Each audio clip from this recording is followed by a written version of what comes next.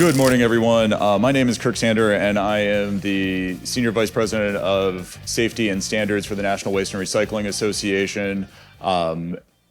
Because I am the safety person, in case we do have a shelter in place, we will all get to know each other, and then we'll have a great story for about 5 years from now when we can all say, hey, remember that WasteExpo when we had a shelter in place?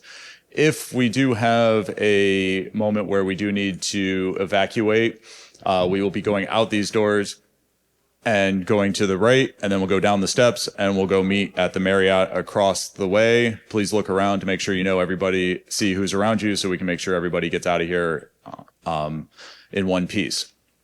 With that, this is battery risk management in the waste stream. From what I can gather, there's no risk and no issues, so we can go home, right? As you can all see, it's probably it is a big issue in the industry with how packed we are. I mean, we even have people standing and sitting in the back of the room. So I guess we'll have to talk to Inform about getting a bigger room. If all of you don't know, there is a battery fire safety seminar tomorrow at 1 o'clock. If you haven't signed up, it's going to become a first come, first serve because so many people signed up. Turns out there's not a room big enough in the convention center to host everybody who signed up. So please get there early if you want to be part of that. With that, there'll be if you have question and answer, please hold that to the end unless it is you really need that question answered right now. I guess we can probably figure a way to break it in and get there. And then the most important thing is at the end, there will be a QR code with an evaluation. So you can say that my intro was really bad, but these 4 did a great job. So with that, we're going to be going over batteries and hopefully this works. So the first person going to be speaking is Penny Case. She is the CEO of Nexstera. She has an innovative way, her company, on detecting batteries at the curbside with a automatic side loader. Then we'll be moving to Edel Rodriguez. He's the VP of Sales with STEINERT and talking about their sorting technologies. And then to pull it all together of what we're seeing in the MRF is Jeff Snyder, the SVP of Recycling Sustainability with Rumpke, and talking about what they're seeing in the MRFs. And then the piece that I think we all know needs to happen is a public affairs campaign and public relations campaign so that I get heckled and pestered by my kids going, Dad, you know you're not supposed to be putting that battery there, because they've gotten it over and over at school about how to properly dispose. And you can read about the first three's bios in the app, but we had a small communications failure, and so I'm going to do something I rarely ever do and read an actual bio. So Genevieve O'Sullivan is a Washington State native. Her background includes policy and campaign work, as well as public and private communications positions. Prior to joining NWRA as Chief Communications Officer, she worked at the national association representing organic and non-organic pesticide industry, which provided her the opportunity to work across the agricultural community on challenging issues impacting the food chain. She has a history of working with various associations at the state and federal levels, representing waste and recycling and state foresters. She and her husband also spent several years owning a restaurant and cheesemaking facility in Washington, D.C., and were designated the first cheesemakers in the history of the district. Jen received her Bachelor's of Arts in Political Science from Western Washington University. She loves being Irish, spending time in Ireland any chance she gets, and thanks to her upbringing in the Pacific Northwest, is an avid Seahawks fan, enjoys a company flannel, and still loves a good Pearl Jam concert. So with that, Penny? All right. Hello, everyone. My name is Penny Lane Case, and I am CEO and co-founder of Nexstera Tech, where we are really focused on protecting the waste industry. And we all know that battery risk in the waste stream is no longer a fringe issue. It is something that occurs every single day in these waste trucks and facilities. And we really need industry-wide alignment across all sorts of technologies and solutions and communication tactics so that we can actually close the gaps and stop these massive fires from occurring along the stream.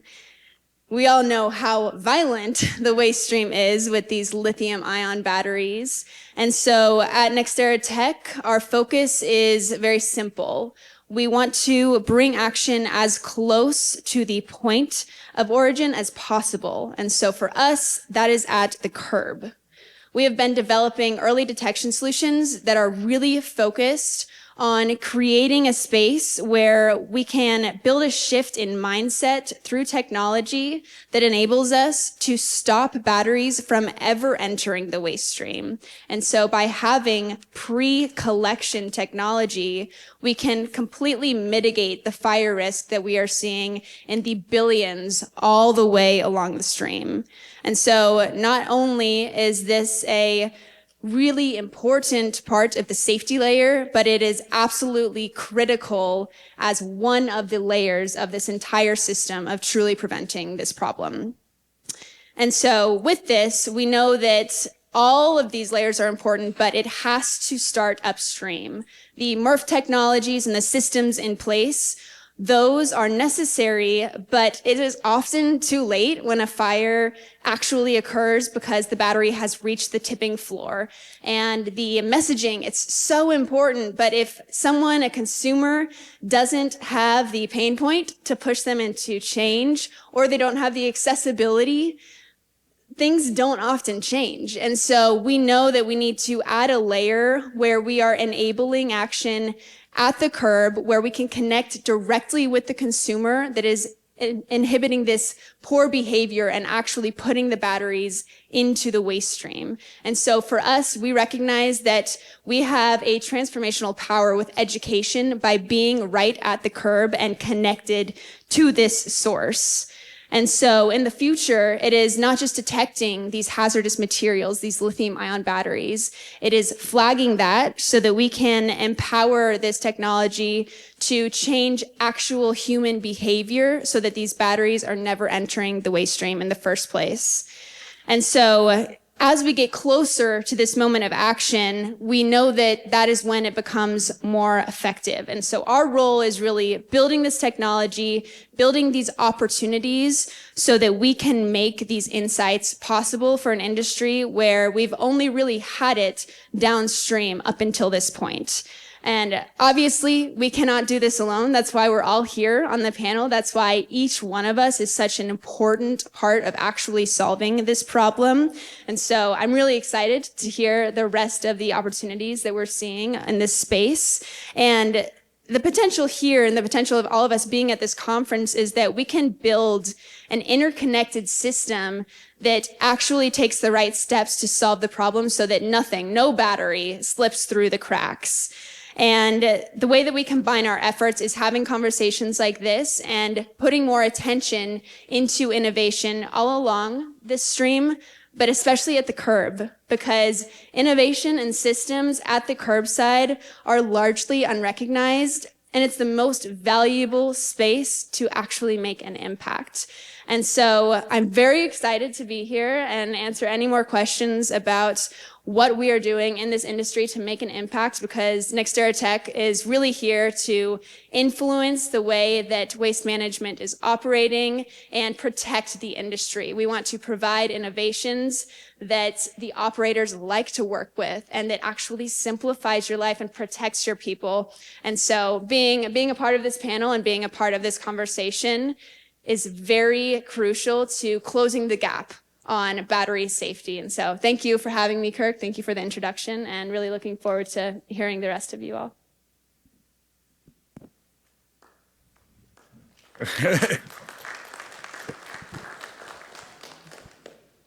Well, my name is Edel Rodriguez. I'm the Vice President of Sales at STEINERT US.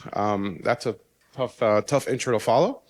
But yeah, it's before I even get into what we do, it is really interesting. Every time I come up and I do these talks and I talk to other folks and I go around the industry, I learn something new every time. Sitting next to Penny now, I realized she does things that I've been asked many a times, can you do? And I said, well, I don't know if it even exists. So that speaks to the education that's really needed in this industry. The not knowing how to do things or what's actually available is probably one of the biggest issues today. But Steiner, we are a equipment supplier, right? We manufacture equipment. We're headquartered out of Germany, out of Cologne, Germany. Our office is in Walton, Kentucky, so just south of Cincinnati. And we make a whole slew of different types of separation equipment. So anywhere from magnets and eddy currents that most folks here in the waste industry know very well, to X-ray sorters and opticals, from down to plastic flake, glass, and of course what we're talking about here is battery. Why do I bring up some of the other stuff, right? So we're big into mining. We're also one of the largest producers of equipment in the metal scrap industry. Why do we bring that up? Because that equipment has been around for 15 years is equipment that we're using on the battery side. So we've learned through time is like, hey, we can look at, if we can see lithium in a rock, let's just say on a mining site, why can't we see lithium in a battery as it's coming through a stream? Come to find out, we can't. So we can not only detect the battery from the, let's just say after your OCC screen, you come through and you're running through our machine, we can see the battery by type, regardless of the burden depth, for the most part, regardless of the burden depth, regardless of what that battery is packaged in. So if it's an embedded battery, which is a huge issue, one of the biggest issues today, and my colleague to my left here can point this out, but an example, vapes, right? I had a MRF pull, what was it, 4 days, 3 days worth of batteries, handpicked. They picked 5 drums worth of batteries, 70, 80% of that were vapes, which caused a huge, huge issue.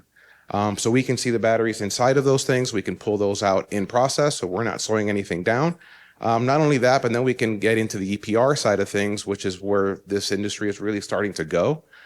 So we can in turn look at the battery and say, hey, this one is for example, a Craftsman, an Energizer. This one's an alkaline. This one's lithium primary. This one's lithium. We can tell you the exact battery types as it's going through process, and then pull it out and separate it for you. So we've also partnered with some other folks, some of our own suppliers. We can scan trucks as well. So post Penny, so if it gets past her, we can actually look inside the truck. The downside of that is just about every truck that we've ever looked at or talked about has a battery in it. So do you really want to scan them all?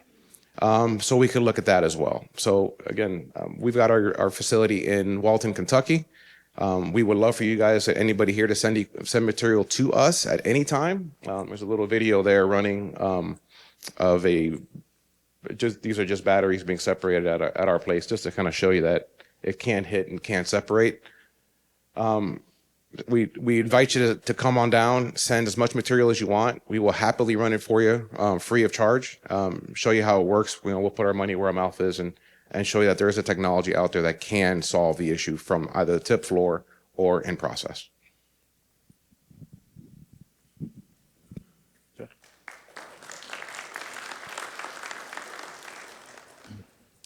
Hi, my name is Jeff Snyder, Senior Vice President of Recycling and Sustainability at Rumpke. I'm going to quickly talk to you all about the collection and the processing when it comes to single stream.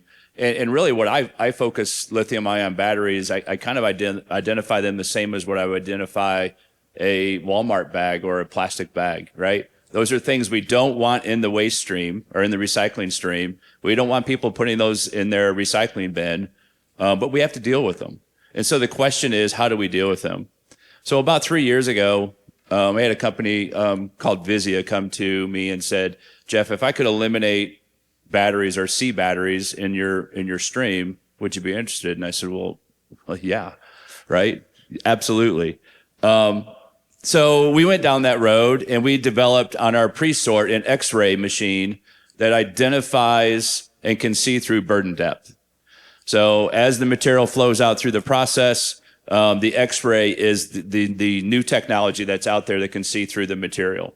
So no different than when you go to the airport, it sees through your bags. It's the same concept, it sees through single stream recycling. As it sees through the single stream recycling, we link that to artificial intelligence that then identifies lithium-ion batteries or propane tanks, hazards. And then as it leaves the X-ray machine, it points to that battery on the pre-sort belt and follows it so that our employees can pull it off, okay? And it's a green laser that points to it. So as I think about batteries and where do they come from, or how do we find them? And I think about 4 places. I think about the street or the truck. I think about our tip floor. Very difficult to see through 10 to 15 feet of single stream sitting on a MRF's tip floor. And then lastly, I think about the pre-sort. So it's the first belt that the material sees when it goes into the material recovery facility as we start to liberate recyclables. And that's where we decide to do it. I think some of the issue, and you and I have talked about this, some of the issue that we deal with when you think about 360 material recovery facilities across the country is space to be able to put this equipment or this technology. You have to have space for an X-ray. You have to have space for an X-ray with an optic. You have to have space for this equipment. So I think that's some of our biggest challenges when you think about it. But I want to quickly go back and just really think about, for Rumpke and for me, it's about how do we get it, or how do we tell the public not to put it in their first place? And we can tell them all we want. But how do we really do that? And so a couple things that we've done in Cincinnati and in Central Ohio is partnered with fire stations to be able to provide drop-offs for the public. Because everybody in this room, and if you think about everybody that we deal with in the waste industry, you have a battery. It comes from a couple of different places. It comes from your yard tools. It comes from your power equipment. Comes from your tractor or whatever, because yes, we get lead acid batteries too. And then you got these propane tanks and these oxygen tanks that explode.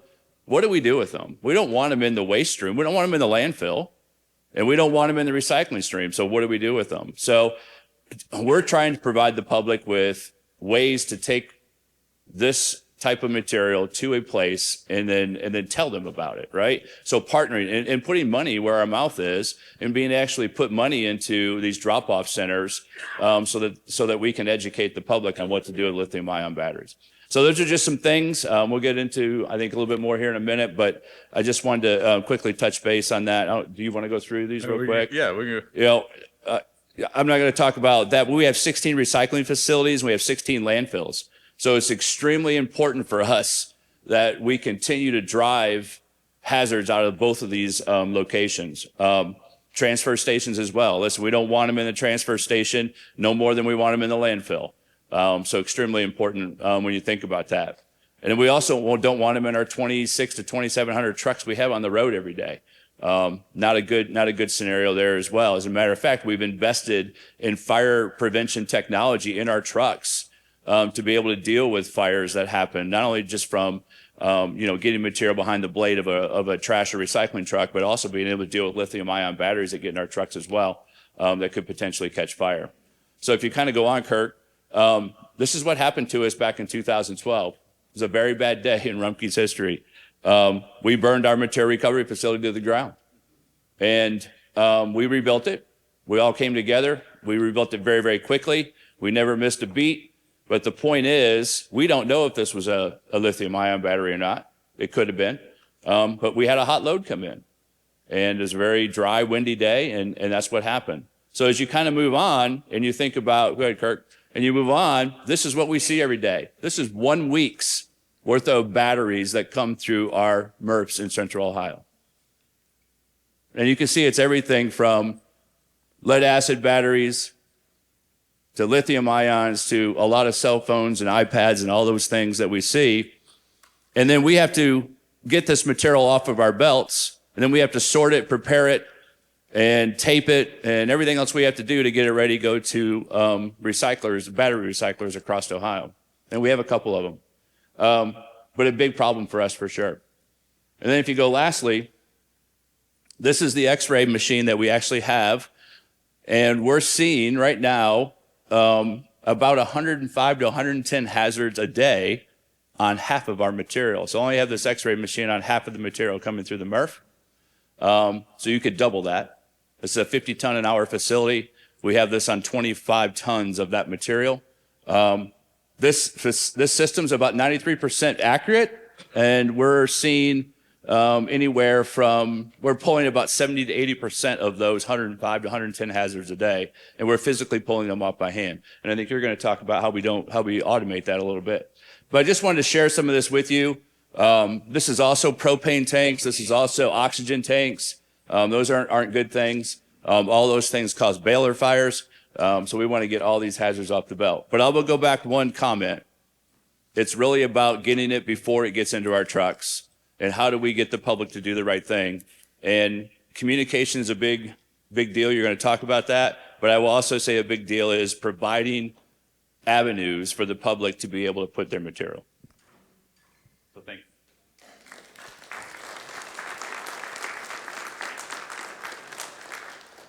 Hello, I'm Genevieve O'Sullivan. I go by Jen. It's much easier. And I'm going to start out because I'm a big picture person. I want to ask you all a question, and not asking specific ages so nobody get offended, but how many of you in this room are over 40? Okay, so how many of you grew up with like 3 to 5 television stations that everybody watched in their home? Okay, so how many forms of media do you think we have now? So, think it's easier or harder to get messages across? A lot harder, right? How do we break through the noise? So it's funny because I actually started at NWRA in September, beginning of September, and actually my first ask when I was interviewing was to actually write a memo on a news story out of San Diego where they had put lithium batteries in the form of eye tags to track recycling because we just want to know if it's really getting recycled. So I had no background with lithium-ion batteries. I didn't pick up that nuance. I picked up on some other nuance, but I did not pick up on that nuance. It was interesting. So I turned it in to Michael and Kirk, and I got my education, which was actually great because that was the conversation starting before I started the job. So the first thing I started to focus on is, okay. Jen, just real quick, you were also the only one that wasn't. Michael was like, all right, I just want to just hammer these people. And you're like, no, we can use it as an education piece. But yes, that was the other piece. I'm like, okay, let's kill them with kindness and educate them. And it's part of this is the conversation started when I was interviewing, and I actually had some additional interviews with members. And the first thing out of one of their mouths was, I feel like we need a PSA. We've got to communicate this publicly. How do we do that? Like, how do you do that on a scale now, right? So can anybody think of any well-known PSA campaigns throughout the years? Smokey Bear. He has no middle name. No middle name. I worked for the state foresters. I managed Smokey Bear. He has no middle name. Stupid song just screwed it up for everyone. And so Smokey Bear, anything else you can think of? Say it again? Oh, okay. So like, yes, this is your brain on drugs, broken egg. Yes, okay. The Indian with the tear. There's some iconic, but think about when those came out, like really hit. It was when we had 5 channels, right? So, but do you guys tend to see Smokey a little bit out and about? He shows up on some billboards sometimes. There's a couple ads. You'll see him on social. They've probably captured the longest running. It is the most successful PSA, I think, in the history of the U.S. for sure. That being said, it is really difficult now to break through that noise. So one of the things that we'll talk a little bit more about, but I'll preface this with, is when I came in, I was given a blank sheet of paper. And I was told, we need to be more public. We need to be out there. We need to be doing more things. And so one of the first things I put into the budget was message testing. And that's focus group message testing. So you can actually dig in. So the one thing that I know as a communicator is we're all really, really good at telling people what we think they should know and what we would think we want them to know. But we're really, really bad at listening and finding out what they want to know more about and how to talk to them about those things that we do need to get across. So we kicked this off actually before Christmas. We started our first round of message testing, and it was more general around kind of like, how do we talk about the industry? And then we kicked in this spring, and we did 2 rounds of battery-specific focus groups. And the first was listening, finding out how many people did or did not know. And I will tell you, most people, why am I not seeing the fire pictures we just saw, right? But why am I not hearing about it if it's a problem? We heard things in the focus groups like, I don't think I've ever disposed of a battery correctly, which is scary. And then we had the young woman in Seattle who said, I have 100 vapes sitting around my house because I don't know what to do with them. And everybody's thought behind the glass was, oh my God, she has 100 vapes. Like, it's a fire hazard sitting in her house. So it's interesting when you find out how little, even people who think they know how everything works, have absolutely no idea and really have no grasp on it. So I'll talk a little bit more about what we heard and what we found and kind of where we're headed. But that's the preface. So just keep in mind, as we talk about this, we are going to communicate and we are going to reach out. But also know this is a long game, and it's going to take everybody sitting in this room to be spreading messages, because we're not going to be able to do it ourselves. It's going to take every single last one of us. I'd say, Jen, keep going on where you're seeing on those messages, because I think part of it is, I mean, Penny and I were talking with her the technology they're driving. Instead of saying, hey, we're going to go canvass this entire zip code or this entire city, it can be like, hey, these 5 houses, we detected it in the bin. So how do we send the message to them? Okay, we know it's a 40-year-old family. We can do the message this way. Or it's a 25-year-old, probably then it's a vape. How do we target it this way? Like, how not only are we canvassing then a whole community, but then how are we, I mean, Penny, you want to go into sort of that idea of more pinpointed, but then how then we can drive that messaging? Yes, a big part of what we're doing and building this technology is actually communicating directly with the offender. And so all of these campaigns are so important, but people can ignore them.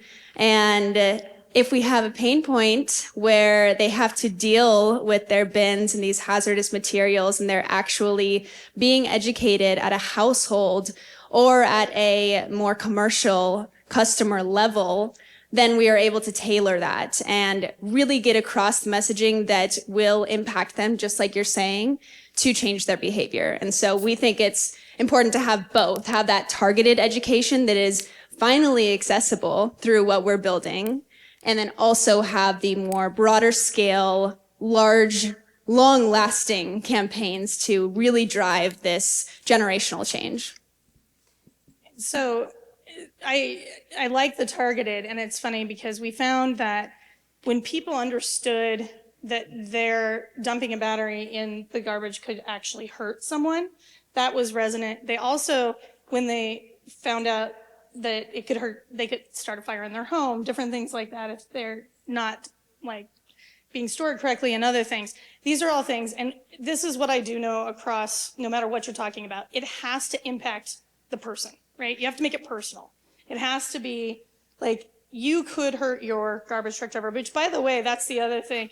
Their garbage or recycling truck driver, that was really resonant because there's just a lot of care and respect for the work. They're like, they already work a really hard job, but then they could actually catch on fire. This is terrible. So there is an actual want to do better across the board. The other piece of it, and I will say, people are lazy. This is terrible. People are really lazy. It's like, you need to take it and you need to drop it off. And it's funny because you hear different things. Well, some people are like, oh, I didn't even realize I could do that. That's great. I'll take it to, and then someone goes, when's the last time you went to Best Buy?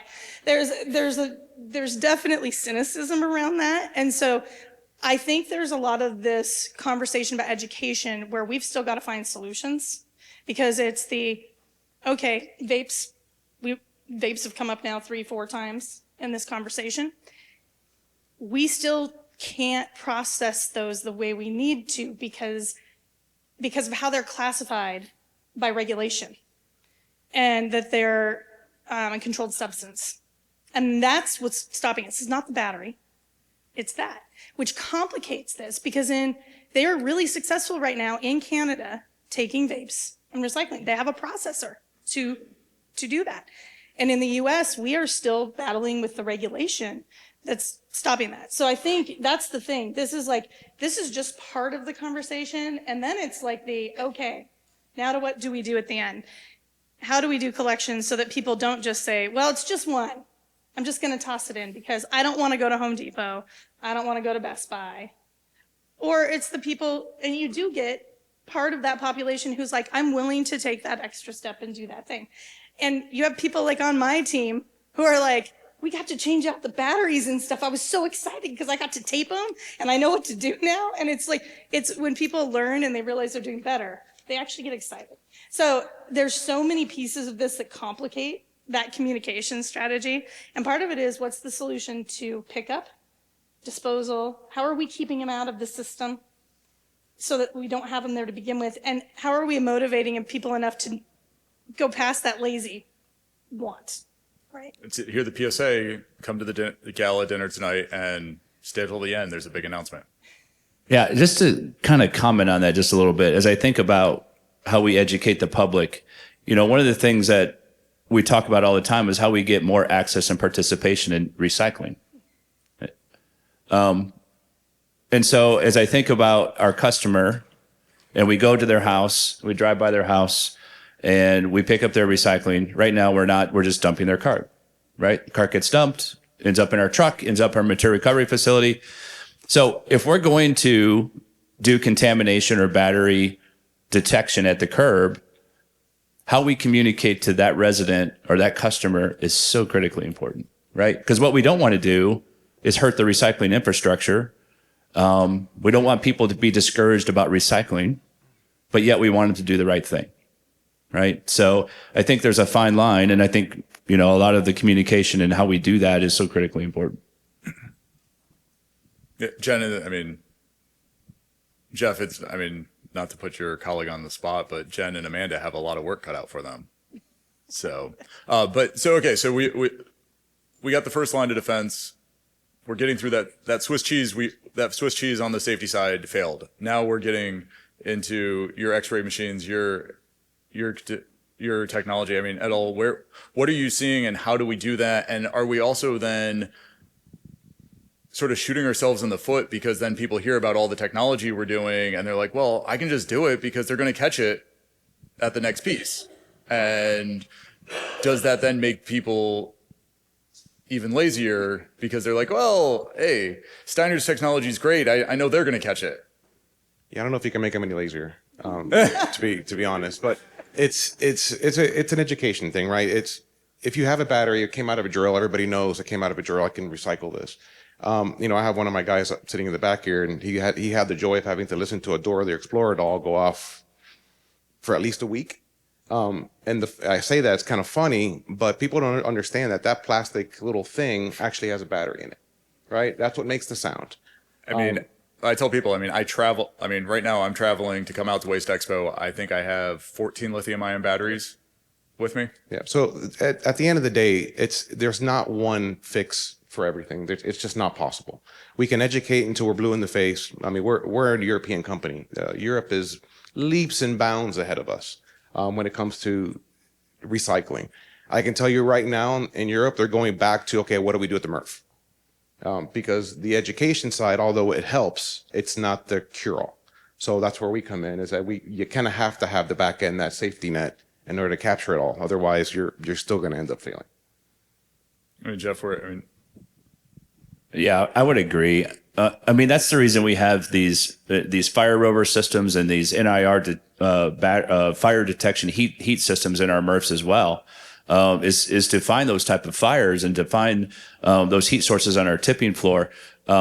So we had to do something at Rumpke. We had to. And we're going to continue to do more. But listen, the technology, when we put this in, there wasn't a MRF in the country that had it. So we were kind of the guinea pig, and we went out there and we thought it was that important that, number one, we don't have happen what I showed you up on the screen again. But number two, to have some type of defense when it comes to contamination, specifically batteries, in our MRF. And that's what we did.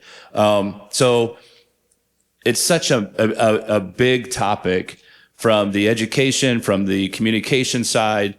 And it goes much farther than just batteries. I'm talking, when you think about recycling in general, there's a lot of different types of contaminations that we deal with in the material recovery facilities. The batteries and hazards are one of them, but there's a bunch of other ones as well. So we have to be our infrastructure and our capital is tied up in dealing with contamination, which to me is just crazy to think about, but we have to do it in order to process the material that we want. We could go the Swedish way and do 7 different bags with 7 different colors and then sort it all out and not compact it in the truck. But I don't think we're ever getting there.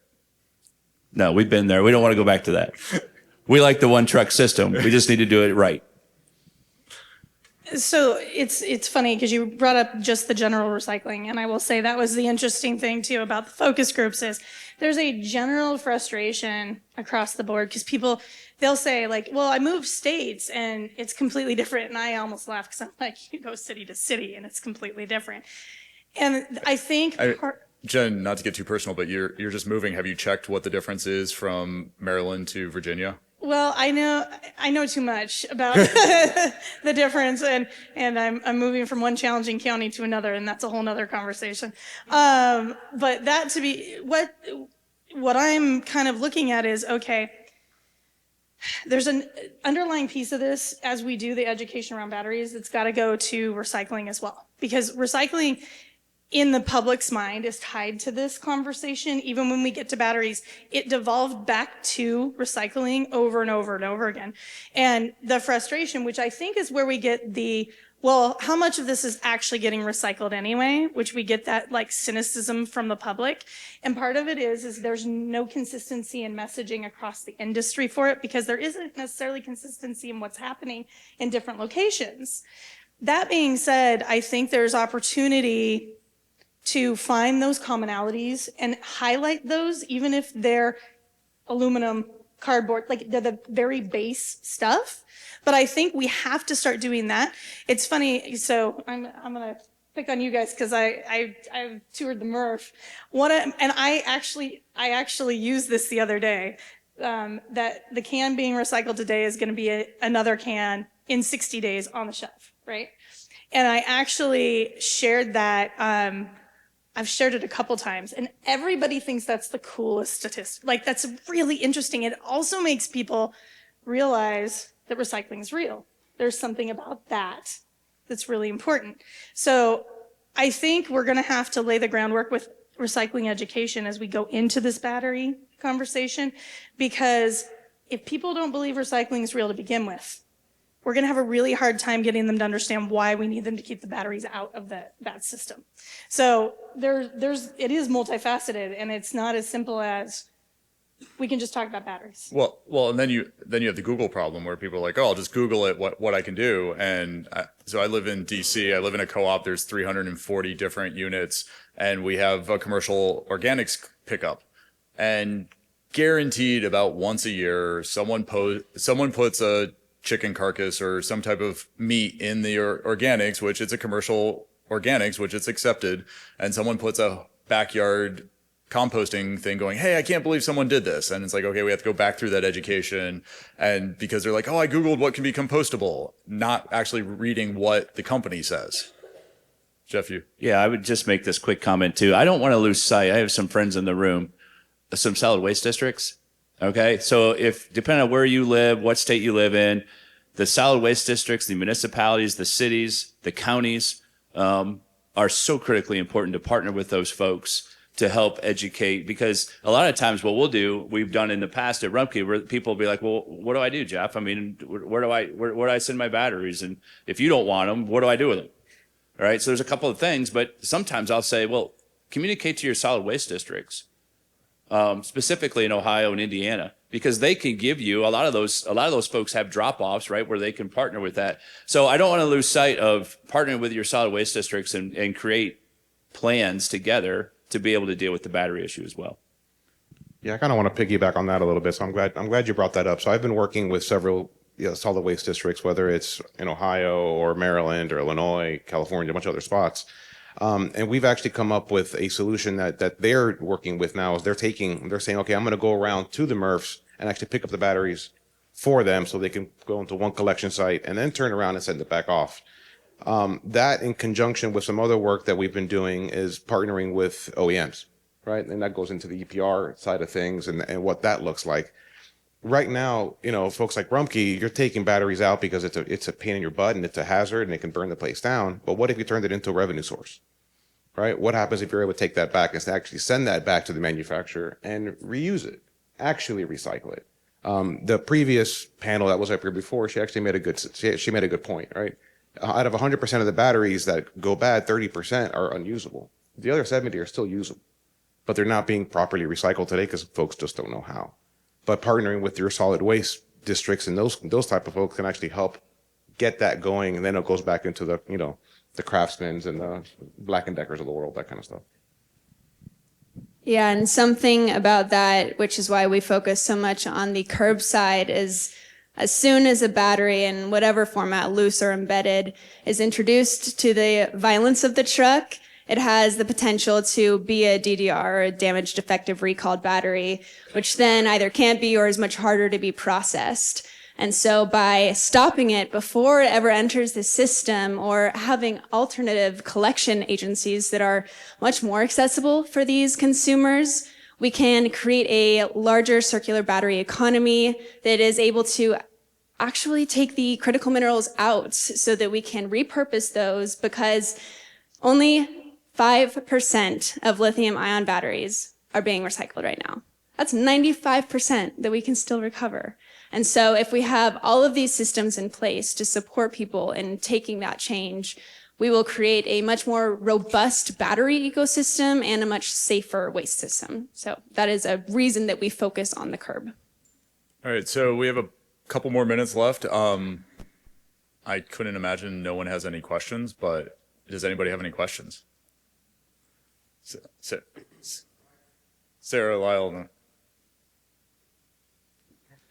Hello, everyone. Sarah Fuentes with Smart Waste. Penny, I had a question about your battery detective process. So what happens once your truck comes up to the curb, detects the battery? Do you not pick up the container?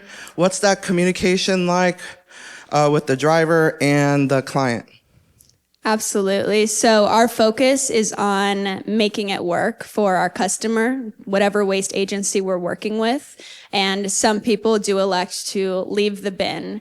And we're really focused on keeping the battery out of the stream completely. And so by detecting pre-collection, we can send that immediate notification in whatever format that is to the driver so that we can leave the bin for safe handling. But ultimately, our goal is to make it work for our customer. And so whatever that workflow looks like for them, that's what we will institute. Sounds like similar, maybe like tagging the bin and then coming back another day. Very much so. So we don't want to create a huge behavior change. We really want to flow into the operations that are already existing. Great. Thanks. Yeah, the only thing I'll say about that, let's just be real here for a minute. Our drivers get up at 3 o'clock in the morning. They go out on a route, and they're going to, and I'm going to guess here, you're gonna have to, there's some Rumpkes in the room. We're picking your driver of the year stats. I mean, Exactly. You're at like 2,500 to 3,000 stops. Yeah. So, I mean, let's say we do 1,000 stops a day, or whatever the number is, and we go to 1,000 houses, and every single one of those houses we have to spend, and I don't know what the time is, call it 5 to 7 seconds. I don't know what it is. Multiply that by 1,000, right? That number gets really, really big, really, really quick. So for efficiency on the route, there was a reason we went to single stream recycling. It's because we're efficient, we're better at it. That's why we did that as a country. There's only a few cities in the country that are not single stream today. So as you think about that, we want to make sure we're efficient on the route. And I'm not trying to make an excuse here, but the reality is that driver is spending more time picking up our recyclables from our homes every single day. So we have to figure that out too, right? Because that could be a little bit of a struggle. That is absolutely part of it. And we are in development with some key partners to make sure that whatever the workflow ends up looking like, it is not causing those operational challenges. And so there's lots of opportunities even to provide recovery once it's been collected. Lyle Vandermeiden, Iowa, and I'm going to ask the question that you hinted on a little bit, and that's the public that is wishful recycling. And how do you address that, and how do you counter that with the correct way? Okay, no silver bullet, guys. This is like anything else. We're going to have to, there's an education process. Wish cycling, I think once people learn the term and they realize what it is, and I will say, like, I'm not going to give my husband a hard time, but every once in a while I'm like, dude, really? Did you just put that in there? We have that conversation occasionally. And he actually worked in the industry too. I give him a hard time. But I think it's interesting because I think that comes down to what I talked about before, which is we're going to have an underlying recycling education as part of this conversation, because people are going to keep wish cycling. And I will say, and I know you guys all see it when you're looking at in the MRFs, looking at the line, but seeing dirty diapers and throw pillows and just like the worst possible thing. And Well, it says recycle on the box for diapers. on the box for diapers. There we go. I think the other piece, and this is a much larger, again, we're going to go off much larger conversation, is kind of truth in marketing with the recycle symbol and the misunderstanding. And that is a conversation that happened in every single focus group. Well, it's got the arrows on it, so it's got to be recyclable. The nuance is so gone for the general public. They see those symbols, and we did a great job of telling them that means recycle, but we didn't, and nobody's gonna, honestly, I pay attention to the numbers, right? Because I know what I can and cannot put in my recycle stream at home, but most people don't. They just see them and they drop it, right? It's recyclable. Or you look at my lithium batteries I'm carrying, they have the chasing arrows, but then the next one next to it is a bin with an X through it. Yep. That you can barely see because they try to get that plus their UL label plus their CES and all the other labels to say it's a legit battery, and the battery's yay big. And so I'm going to go back to what I said before. We don't have all the solutions yet, and this is multifaceted, and there's a lot of work to do. And it's the entire supply chain with this. It's everything from inception and production all the way through to end of life. All right, so, Jeff. Yeah, just real quick. 3 of our 13 sorts in the recycling stream are commodities that we don't tell people we want. That's bulky rigid plastics, bulky steel, and bags. But yet we have technology, infrastructure, and capital in every single one of our MRFs, and we're not the only one, to be able to deal with those things that we don't want. All right, last question. Good morning. My name is Rich Stein. I'm Director of Codes Compliance for Valley Living. When it comes to contamination, we talk about it at the source and at the curb, right? Do you find when it comes to the residential asset classes that multifamily is actually a bigger culprit than maybe single-family homes? And then as part of that, what are the conversations that you might be having with the large asset managers, a Greystar or a Rose or whatever it may be that's managing those buildings, about mitigating the battery recycling concerns? Thank you. My initial answer to that is no, there's no difference. But let's go just a little bit deeper when you think about that. That's a little bit of a loaded question because 76% of single-family homes in the United States have access to single-stream recycling. You want to guess what the number is for multifamily homes? About 35. 35? I would have said 8%. At least that's what it is in Ohio, right? Maybe nationally it's a little bit bigger. But to your point, I would say that the streams are not much different. The problem is we're not getting as much or very little of the single or multifamily housing single stream across the country.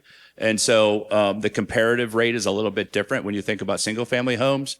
But listen, some people that live in an apartment complex aren't buying any different things that people live in a single family home. It's just a matter of how are they getting it to where it can get so people like us can pick it, collect it, and sort it, right? So the infrastructure is a struggle nationally for multifamily. So we got to fix that first. Yeah, it's my opinion. Well, thank you all. Thank you all for attending. Please don't forget the QR code to rate the session. And thank you all. And I'm sure in 2 years at the next WasteExpo, we'll be able to have a follow-up on this and check in where we are. Thank you.